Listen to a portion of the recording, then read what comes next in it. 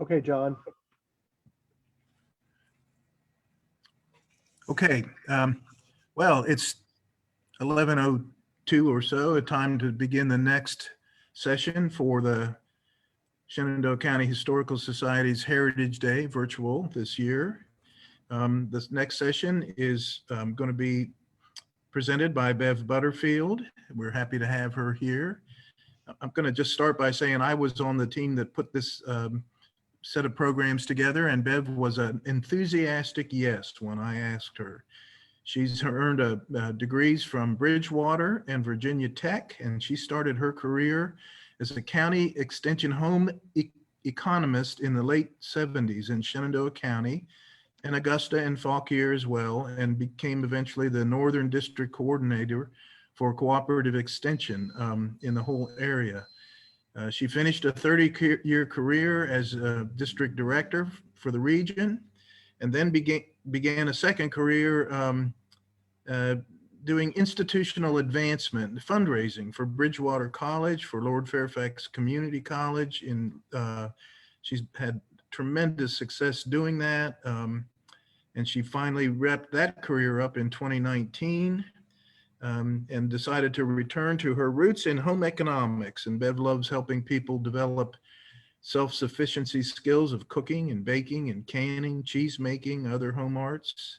She has created Fieldsmith Home Arts, a place where friends can gather and learn to be creative. She and her husband Wayne live on Fieldsmith Farm in Newmarket. She enjoys gardening, canning, quilting, reading. I don't know how she has time for all these things, but she does.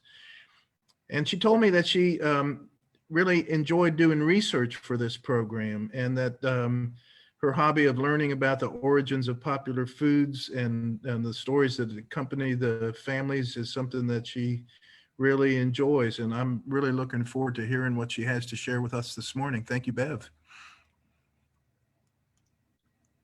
Actually, really fast, we do need to do just a real brief technical announcement. So everyone, I'm Zach Hoddle. I'm the archivist here at the county library. I am going to be your technical support for today. So you will hear me but not see me, hopefully, unless something goes wrong. Right now, everyone is on mute and should be staying on mute during the presentation. If there are any issues or you have any questions, please feel free to put those in the chat. I will be monitoring the chat, or if you're on Facebook, please add that as a comment. Also, we invite you to add where you're from so that we can better identify who participated in the program. And then I will ask the questions when the end of the session happens. So again, thanks for coming, and I'll turn it over to you, Bev. Thank you so much, Zach. Okay, here it goes. Let's share the screen, go to slideshow, and there. Can everybody see that? All Yes, right. Well, as John mentioned, we're going to be talking today about vintage recipes and eating patterns in the Shenandoah Valley. I've had a fascination with taking a look at foods and how they become a part of our diets. And so I invite you to go on a journey with me as we take a look at 20th century and what has impacted our eating patterns. We're going to be talking about the food patterns, and then I'm going to intersperse with that some history of the land grant university system of education, as it so clearly tells the story of both rural food and also how our food is produced. And then I'm going to end with a few stories about Shenandoah County Cooperative Extension, because that's a part of my personal heritage and it relates to the food of this region. As we think about what influences our food, you'll often see things influenced by economics, innovations in technology, trade, and agriculture, maybe regional influences that are shaped by people, where they live, who they marry, sometimes major societal events, both at home and abroad, health implications, and many more. And you're going to see some of these trends repeated throughout this presentation. So let's start right in 1900, 1910. At the start of the 20th century, the average family was earning about $3,000 in today's dollars. This was roughly $12.98 a week for a 59-hour work week. Families had no indoor plumbing in their homes, no telephone or car, and half of the American children were living in poverty in this country. Most teens were not attending school, and instead they labored in fields and factories. And they were trying to bring in money that their family desperately needed. Life expectancy for whites was 48 years. For blacks, it was only 33 years, as times were hard. Immigrants had begun to settle in the urban areas in our country, and they began to open restaurants. The first pizzeria was opened in New York City in 1905. Fresh food could not be kept for long as homes lacked refrigerators. Ice boxes held blocks of ice to try to keep food fresh a day or so longer. The very first refrigerators were available in 1910, and at that time, only a very wealthy could afford them. You know, we like to think that in 2020, we came up with this totally new phenomenon in getting mail order food from Amazon. But in 1902, the Sears and Roebuck Company offered mail order food. There was a shift in the dining patterns during this decade as people were beginning to work a little further from home and meal patterns were beginning to shift. So instead of having lunch, they now called it dinner. And instead of having dinner in the evening, they now called it supper. I'm happy to say that home economics as a field of study was born during this decade. In the 1862, the Morrill Act had established the land-grant colleges in each state to foster research and instruction in the practical areas of endeavor. These colleges were open to women, and they particularly began to provide education for rural folks engaged in agriculture. As you got closer to the 20th century, in 1899, there was a Lake Placid conference that actually coined the term home economics. And they called for teaching of home economics as a field of study in the public schools. Food manufacturers were flooding the market with convenience foods at this point. Nabisco, short for National Biscuit Company, began producing crackers. Quaker Oats, Kraft cheese, Hershey's chocolate bars were all available in the marketplace. Advertising at this time was promoting these new foods as sanitary and economical. Women wanted to be modern, and they wanted to distance themselves from grandma's ways. I thought this was kind of interesting. In 1903, Coca-Cola quit putting cocaine in their sodas. Their early ads used nurses to imply a medicinal value, and Coca-Cola was marketed as refreshing, adding zest to the hour. I can imagine it did with cocaine in it. Confederate Colonel John Pemberton had been wounded in the American Civil War, and he was addicted to morphine. He also had a medical degree, and he started a quest to try to find a substitute for the problematic morphine. So in May 8, 1886, he sold his first glass of Coca-Cola at the Jacobs Pharmacy in downtown Atlanta. Cola syrup was sold as an over-the-counter dietary supplement for an upset stomach, and carbonated water was added to it to produce a drink that they said was delicious and refreshing, and they still use those words today. At that time, cocaine was legal and a common ingredient in medicines. People thought it was safe to use in small amounts. So when it was launched, Coca-Cola's two main ingredients were cocaine, so that's where the coca comes from, and caffeine from the cola nut, thus Coca-Cola. 1902, the Ladies' Home Journal declared Jello to be America's most famous dessert because it was fast to prepare, economical at 10 cents a box, and neat on the plate. But the story behind that, which will tell you why this was such a great invention, was that a recipe to make gelatin before this called for taking the great bone from 4 calves' feet, adding some other ingredients, and boiling 10 quarts of water down to reducing it to 2 quarts, straining it through a flannel bag, letting it stand 24 hours, scraping the fat from it, slicing it, adding the 6 egg whites whipped to a froth, boiled again, and then poured into little jelly glasses. So can you see why people were really excited about boxes of Jello? So the next big was the 1904 World's Fair Exposition in St. Louis. And this gave us a lot of new foods to be excited about. There were 20 million visitors to that fair, and they enjoyed 80 snack and concession stands and 35 fashionable restaurants. So some of the foods that were made popular there were ice cream cones, hamburgers, hot dogs, peanut butter, puffed rice cereal, iced tea, and cotton candy. And there were many more. And as you do some reading on this, there is some myth and lore around this. So some of these were invented for the fair, and some of them simply were made popular for the masses. One of these was peanut butter. Peanut butter had been invented in 1895 by Dr. John Harvey Kellogg as a nutritious substitute for people who couldn't chew because they had a lack of dentures. A peanut butter making machine was invented in 1903, so peanut butter got introduced to the masses at this World Fair.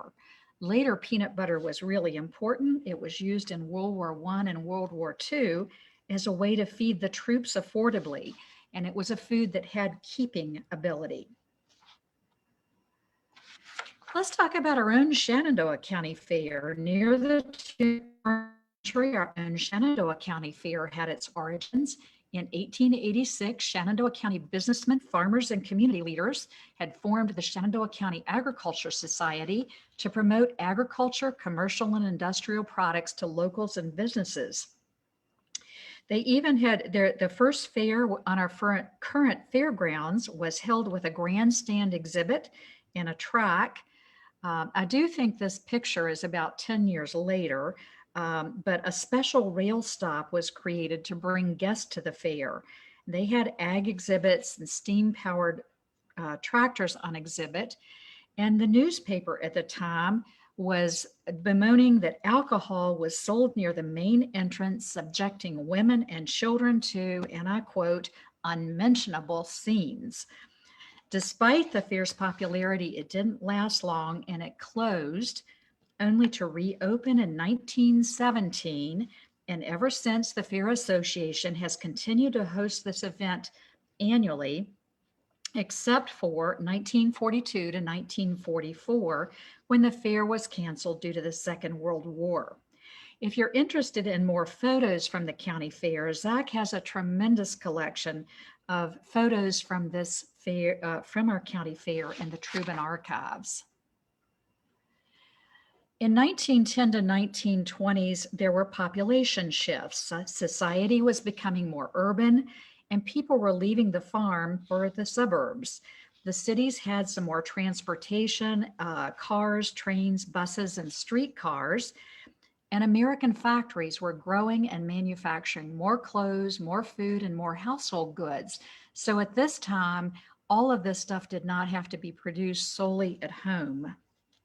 This is the start of the social homogenization, which today we refer to as the Great Melting Pot. And what people ate was depending on their heritage and where they lived. But the country was economically depressed. World War I started in 1914. During World War I, there were a lot of posters, slogans urging people to eat local, or have meatless Mondays, or go wheatless, all became commonplace. Herbert Hoover started a campaign to convince Americans to voluntarily change their eating habits to make sure that we had enough food to feed our military. Here is a poster that's urging families not to waste food, saying, "Food is ammunition, don't waste it." Here are a few more posters that I thought were interesting. Here's one that says, "Little Americans, do your bit. Leave nothing on your plate." Or, "Save the products of the land. Eat more fish. They feed themselves." And then, "Preserving food became a patriotic duty." Food scarcity was also a reality of the war, and rationing was a patriotic duty, limiting the American diet. Now, while it limited the foods that were available for all of us, diets for the very poor actually improved because the food was being distributed more equitably. Recipes began to be developed to deal with that scarcity, such as wacky cake, which had no eggs or butter, and actually is a pretty good cake. It's still popular today. The Smith-Lever Act was passed in 1914. As I said, land-grant colleges had been established in 1862 under the Morrill Act, but when President Wilson signed the Smith-Lever Act into law, it established cooperative extension service, significantly broadening its mission and the nation's developing land-grant institutions. The headquarters in Virginia for this work at this time were moved to Virginia Tech, or at that time it was called VPI and SU. It marked the beginning of a partnership between the federal and state governments and higher education in working towards solutions of social and economic problems. And the mission for cooperative extension, the brand new cooperative extension, was to take the resources and research out of the land-grant colleges out to people where they lived and worked.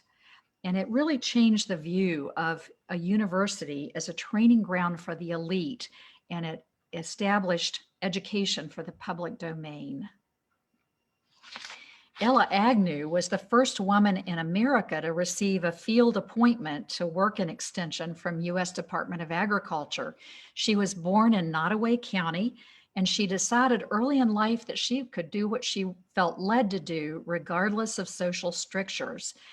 So in 1910, she started tomato clubs, which was the forerunner of our 4-H clubs today.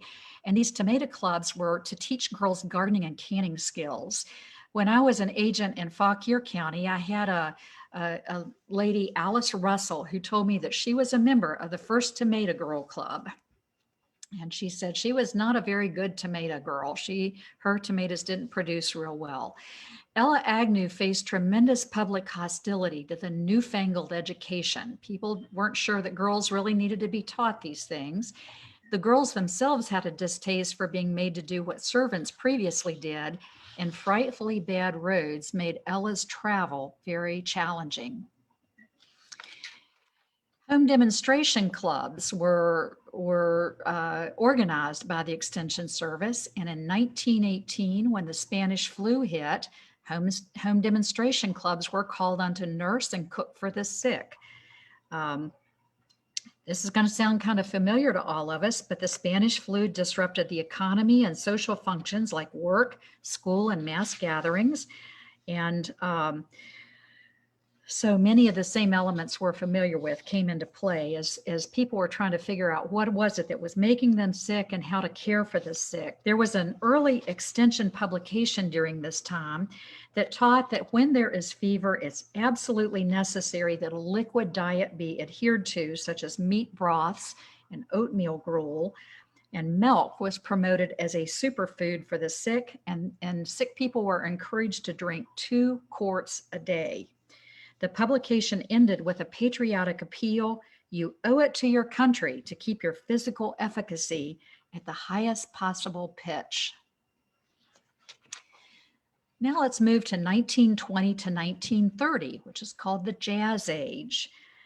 Music was roaring, in the roaring 20s was loud, and the stock market was boisterous. This was an age of conspicuous consumption. Prohibition had been ratified in 1919, and novel appliances like toasters, refrigerators, and gas stoves came on the market. By 1927, GE produced a refrigerator that cost $27. But folks, by today's standards, that would be $7,000. So only the really well-to-do could could afford them. But in this ad, they're saying it's always summertime in your kitchen. Do you sit back and sigh with relief now that summer's over? Do you think your children's food is no longer open to hot weather dangers of contamination? So people longed for those refrigerators. Prohibition, technically free, but speakeasies were very popular. People would gather to drink bootleg liquor and enjoy jazz music. The term speakeasy came from bartenders encouraging patrons to speak easy while they were inside, hoping to not attract the attention of the police. Bootleggers got creative and they made alcohol in illegal stills, and industrial alcohol began to be used for drinking. Now, industrial alcohol was the kind that had been used for manufacturing, made of ink and camp stove fuel. This alcohol was denatured with the addition of chemicals. Bootleggers figured out how to remove or neutralize those adulterants, and it made a very poor quality drink, but it's what they had. Anheuser-Busch and other beer companies manufactured a product called near beer with an alcohol content of less than 0.5%, and soft drinks became popular as an alternative to hard liquor. Advances in technology allowed for new food products to be manufactured. Clarence Birdseye invented an innovative way to quick freeze foods, and this happened after he had gone ice fishing, and his fish had been left out overnight and froze. And he realized when they were thawed several months later, they still tasted good. His method involved packaging food in cardboard containers before it was frozen, and the containers were held between two metal belts and chilled below 40 degrees to 40 below using a calcium chloride solution. So that was really an innovation. Women who lived in town entertained at this time with elegant teas, afternoon teas with little nut breads and tiny sandwiches, and sugar prices were low, so women created desserts of cakes and cookies, and their kitchens, of course, had electricity. But life on the farm was very different. It was much more time for work, less time for leisure. There was not electric lights and radios, etc. Farm women were cooking their meals on stoves that burned wood or corn cobs, and they heated water stove to take baths. It was during this era that Shenandoah County hired their very first agricultural extension agent in 1922. Harry Moore was the first ag agent. G.G. Dickinson followed him a year later, and Frederick Holsinger was added as the assistant agent. Now, those who had the title of assistant agent were working with the young people, the forerunners of 4-H, and they had corn clubs, much like the women's tomato clubs. Ag agents were making visits to farms, and they helped farmers solve problems by bringing this research information. But the farmers were not always ready to embrace all this newfangled information. So the early ag agents found that by working with the boys and focusing on the next generation, they could get further. They sent the boys packets of corn and held corn growing competitions with cash prizes. Teaching the boys was an effective way to reach their parents. Then 1930 to 1940, the Depression years. This was a major influencer. Average family income dropped to just under $1,500, which was 40% less than a decade before.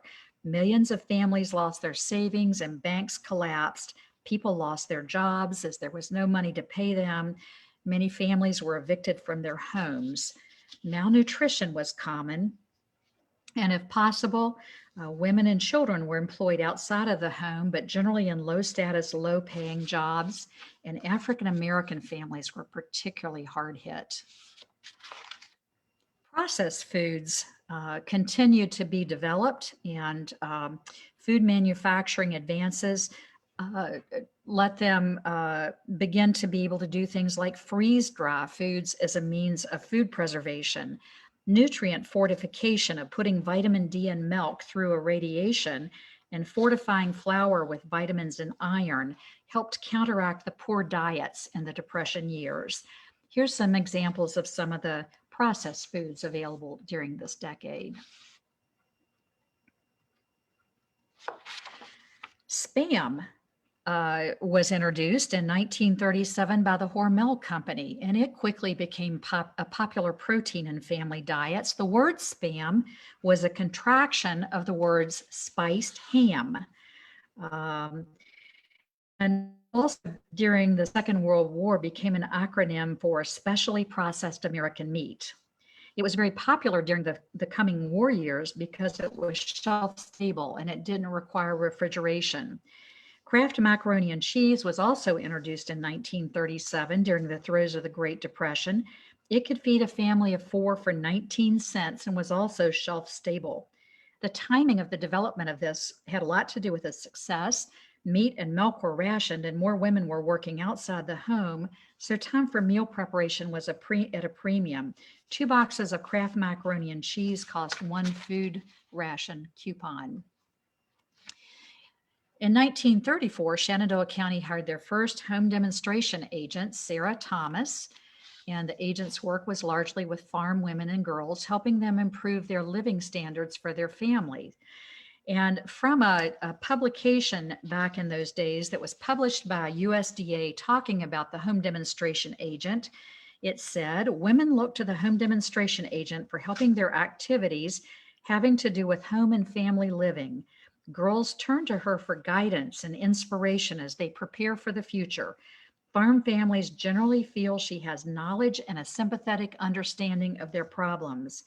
Learn more about the home demonstration agent, and you will understand better the problems of the rural homemaker, the farm family, and how Extension Service is contributing to the democratic process. 1940 to 1950, eating habits were changed greatly during the Second World War. Wartime shortages led to food rationing and making do.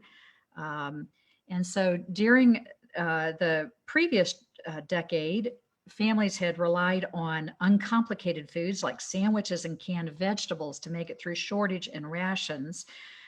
Victory gardens were patriotic to grow. And the limited diversity of food and bland choices was creating a yearning for different options. By 1944, 85% of the homes now had refrigeration. So you can imagine this really began to make changes in what people were eating. The National School Lunch Program Act was passed in 1946, expanding Roosevelt's New Deal commitment to feed hungry children to ensure a healthy future. New methods of preserving and foods created foods that could be held longer, and now they could begin to stockpile. The rationing that was introduced in 1940 lasted 14 years. Most heavily restricted was meat, cheese, butter, cooking fats, and sugar, but potatoes and root vegetables and bread was freely available. So people were eating a diet that was much higher in carbohydrates and low in fats. During World War II, food radically changed. The war brought an end to the Great Depression. People were willing to pay more in taxes and buy war bonds to support the war effort, and federal spending helped factories.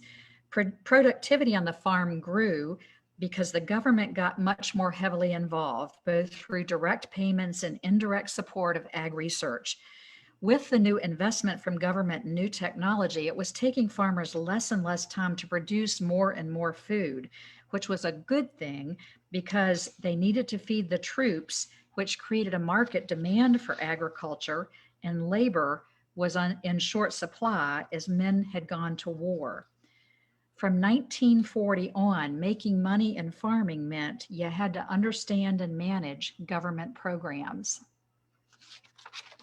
I thought this was really interesting. Synthetic fertilizer after the war created a food revolution. The war wound down, the government was left with a large quantity of unused ammonium nitrate and poison gases, which became synthetic fertilizer and pesticides. Nitrogen plants built during the war to make bombs started marketing their products to farming, and it transformed agriculture. These chemicals were a pivotal part of creating a huge food surplus and a market for cheap, high-calorie foods, particularly anything to do with corn. After the war, Americans' palates changed, with many young soldiers returning home from deployment after being exposed to foods around the world. Eating food out of a can was now more acceptable, and the military was eager to share things that they had learned during the war with the manufacturing sector. There were new convenience foods, and foods became abundant, cheap, and non-perishable. Soldiers' families were also privy to more travel due to a boom in disposable income in post-war America. And so the children in these post-war families discovered new ways of cooking and eating, creating a foodie culture that is with us today. These experiences led us to becoming a culture that no longer just wanted to eat for the sake of replenishing our energy. Now we're interested in having food experiences. After the war, suburban living and the techno age of food began. Soldiers were coming home from the war in the suburbs. Suburbs were car-centric and life was more sedentary. This was the golden age of supermarkets, fresh baked bread in the bakery, a meat department with an unstaffed butcher, an expansive produce department was now all available under one roof. Shopping carts were invented in 1937, and they encouraged shoppers to buy more than they could carry in a basket. With these cars, shoppers were no longer walking to the grocery store and limited by what they could physically carry home. Now they could drive their cars and take home bags of food. During the 1950s and 1960s, there was a focus on home and family. Barbecue was a new suburban trend. Backyard grilling was popular for entertaining family and friends. Companies were doing their best to convince homemakers to purchase new time-saving appliances and fix new convenience foods. Ethnic foods entered the mainstream as the GIs returning from home were willing to eat Americanized versions of foods that they had experienced abroad. TV dinners were popular in 1954. This was another interesting phenomena. In 1950, only 9% of homes had TV sets, but by the end of the decade, that had jumped to 87%. So quite a market saturation with TVs in one decade. TV created new opportunities for marketing. Swanson took full advantage with TV ads that depicted elegant modern women serving TV dinners to their families. With millions of women entering the labor force, the convenience was appreciated. One story about how TV dinners came to play so that a Swanson salesman named Jerry Thomas came up with the idea in 1953 when the company had 260 tons of frozen turkey left over from Thanksgiving sitting in 10 railroad cars. Refrigeration only worked when the trains were moving, so to save the meat, they were running the trains back and forth between Nebraska and the East Coast while panicked executives tried to figure out what to do with the surplus. Thomas conceived of the idea of putting the turkey in portioned, sleek aluminum trays and adding stuffing, sweet potatoes, and sides, and it took off. Consumerism and convenience flourished during this decade. Prepackaged foods and fast food joints were popular. Casseroles provided a quick and filling meal option for busy families. And reigned supreme as the ultimate combination of convenience and versatility. In addition to being eaten as a soup, it was in lots of casseroles. Now let's jump to 1960 to 1970. This was a time of transition. There were showy, complicated foods with a French influence made popular by both Jackie Kennedy and Julia Child. Julia Child was America's first true celebrity chef. She inspired a generation to see cooking as joy and an art. She's credited with restoring our culinary culture after a decade of 50s processed food and a trend away from home cooking. Fondue took off as a party food, and lots of junk food. Pop-Tarts and Fruit Loops cereals were introduced in 1963. And by the way, did you know that with all those little colors of Fruit Loops in that cereal, they were all produced as only one flavor? Your brain just thought they were many flavors because of the different colors. This was also when family restaurant chains like Howard Johnson's became popular. The 60s was also a stormy decade and a decade of tremendous advances in the space industry. Space industry added rehydratable freeze-dried food to diets, including freeze-dried ice cream. Thermostabilized foods improved the keeping quality, and metallic film was introduced into food packaging. With the emergence of the Cold War, many families packed pantries and bomb shelters with canned foods that would hopefully keep them alive if we were attacked. School children were drilled on how to hide under their desk in case an attack came while they were at school. Now we'll move on to 1970 to 1980, the rise of the counterculture foods. Millions of people around the world were starving, and technology's answer was food that was genetically engineered, like soy and dwarf rice, that had a short growing time and produced a phenomenal yield and would grow anywhere in Asia. So with the genetically engineered foods, they could produce 2 crops a year, and they could yield more rice per plant. This was the beginning of the Green Revolution. People began to eat more consciously after a book by Rachel Carson called Silent Spring was published. Her book talked about the consequences of pesticides, which led people to be more aware of where food comes from and what was in it. A hippie culture encouraged growing your own foods and milking your own cows. They revolted against white foods like white flour, minute rice, potatoes, and sugar. And they were advocating also a return to unprocessed food. Cooperatives and vegetarianism and fresh food markets and health food stores became popular as a back-to-earth attitude existed. In 1977, an American committee of the U.S. Senate led by George McGovern published the first dietary goals for the United States in order to reverse the epidemic of heart disease in the country. These guidelines were saying that fat was the culprit. And so as they removed fat, what they did instead was added sugar so that food still had flavor. So carbs were in, fat was out. Then the diet wars started to combat the growing obesity epidemic. The obesity rate in 1970 was an alarming 15% of adults, and America was concerned. Diet solutions abounded. I am thinking we lost this war, because from that 15% of adults that were obese, today 40% of adults are obese, 72% of us are overweight, and even our children today are affected. 18% of today's children are obese.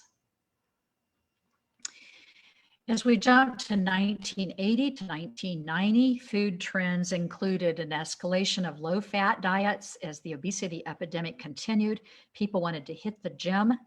This is the first time people were willing to pay $1 or more for designer water in little plastic bottles. Quiche was a dominant dish, and herbal supplements abounded. This was a rise of gourmet and gadgets, but at the same time, there was a popularity of comfort food, and the slow food movement emerged, pushing back against fast food in the 1970s. Other 1980s food trends: 3 friends in Seattle started a coffee house called Starbucks. Need I say more? While by 1986, around 25% of the households in the U.S. had a microwave oven, by 1997, over 90% of American households had one. Per capita consumption of red meat was dropping. It was 21 pounds less than in 1970. As we get into 1990, ethnic food was popular. Superfood was a buzzword. low-carb diets continued in popularity, and Y2K doomsday fears led to stocking up just in case. We didn't know what was going to happen when we crossed into the new millennia. Now I'm going to leave that decade, the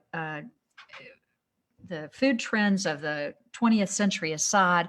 I want to talk a little bit about when I joined the Shenandoah County Extension staff in 1979.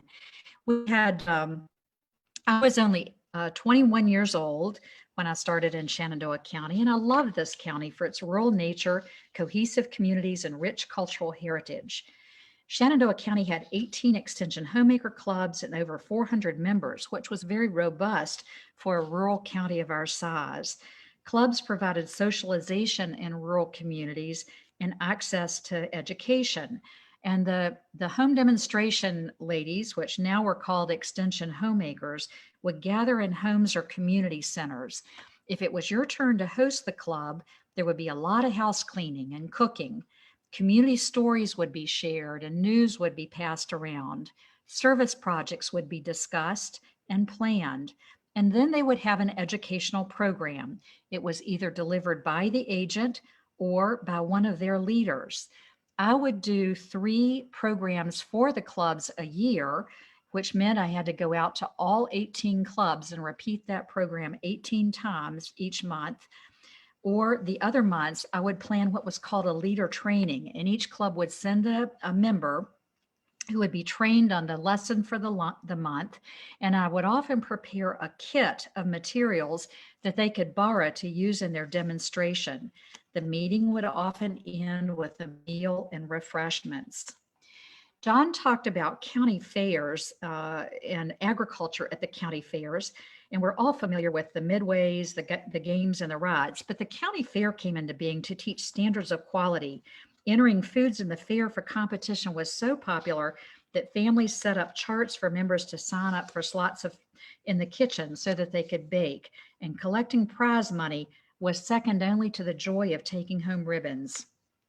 As more women were joining the workplace, children were not learning traditional food handling skills and turned to Extension to teach them. I would answer telephone questions, like got a lot of phone questions because you couldn't look things up on the computer then. So these questions might be, how long do you process green beans? How do you get skunk odor out of clothes? Why did my cake not rise? How do I get red crayon out of a white dress shirt? How long should I cook my turkey? What I didn't know, I called specialists at Virginia Tech or other experienced agents who had been at it longer than I had. The diet in Shenandoah County was typically rural. Families were still butchering, gardening, and doing lots of home canning. So many of the questions focused in these areas. I remember one thing that happened when the power would go out in the county and the phone line would be jammed with people calling in and wanting to know about what to do with their freezers because they worked so hard to put all that food in there and they were afraid they were going to lose it. So one day I jumped in the car and ran down to Mount Jackson and went into WSIG, Your Sound of Country in Mount Jackson. And I asked the announcer if I could go on the air and tell people how to handle their thawing food from freezers. And so he put me on as quickly as he could. And getting the information out that way slowed the pace of the calls. I worked with 4-H and 4 and wrote articles for the newspaper and taped monthly radio broadcast. This was a great job. I felt like queen for a day every day I came to work. The county loved their agents and they treated us with respect. So now I'm going to leave that and let's think about this point in time that we've just been through. I think it doesn't take a lot of imagination to know we've been through a watershed moment in history that's no doubt going to cause major changes in our society, including our eating patterns. Only the test of time will determine what of these changes are temporary and what are lasting.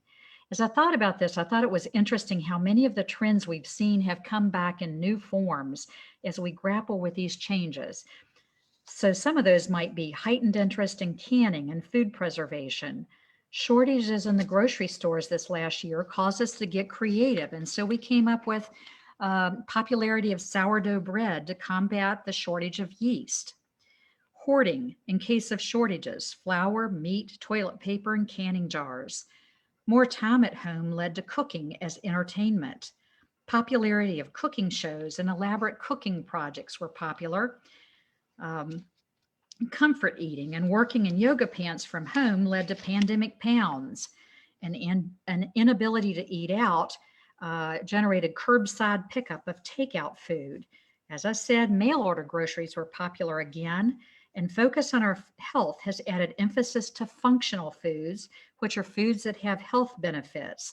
So now we're talking about foods that are good for the gut, like kimchi and other preserved foods. We're beginning to see a renewed emphasis on not wasting as part of our new environmental focus on saving the planet. Up, I want to call your attention to an informative publication called Shenandoah Valley Cooking, available from the Historic Society. This is particularly good if you want to do a deep dive into the old local folklore and preparation methods. But as we wrap up today, I want to challenge you to explore food influences in your own family. What impacted the choices that your family makes? In my own family, being raised as a child of parents who had experienced the Great Depression and were very concerned about not wasting. It was growing up on a 600-acre dairy farm where child labor was expected, not optional. And we were taught, as I say, we were taught not to waste. It was having a mother who not only had a college degree, but was a trained home economist herself.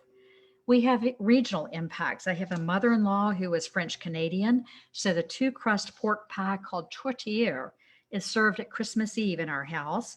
And from my mother's home, a two-crust all-white chicken pie known as Carolina chicken pie is what we eat when we're having family celebrations. My father's 42-year career as a dairy field man for Shenandoah's Pride Dairy put an extra emphasis on milk, cheese, and ice cream in our diet. But you know, every family has their own version of this. And so I encourage you to ask questions and explore what's happening in your diet and your family and what's affected your foods. So at this point, I'd be glad to take any questions. All right. If anyone does have any questions for Bev, please drop them in the chat. I also just put in there the contact information for the Historical Society, and I think she's going to have some more information here in just a minute. Yeah. If you have anything to ask her later.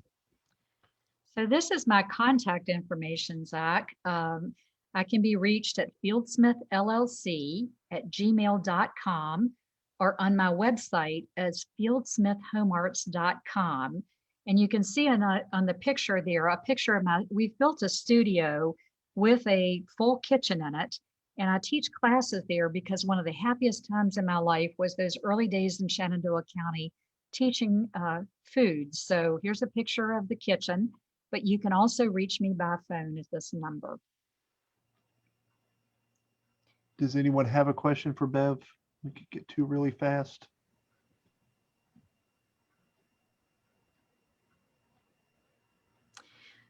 Well, thank you so much. It's been a pleasure to be with you today. It was fun to do a deep dive into this and research it. And I hope you enjoy exploring the food that your family enjoys. Bev, this is John Adamson, and I want to say thank you. I see a lot of thank yous coming in on the chat screen. You've made me hungry, and I wonder what. I know, right before lunch, right? But it really was fascinating to think about the progress of food culture and where we are today. Wonderful. Thank you.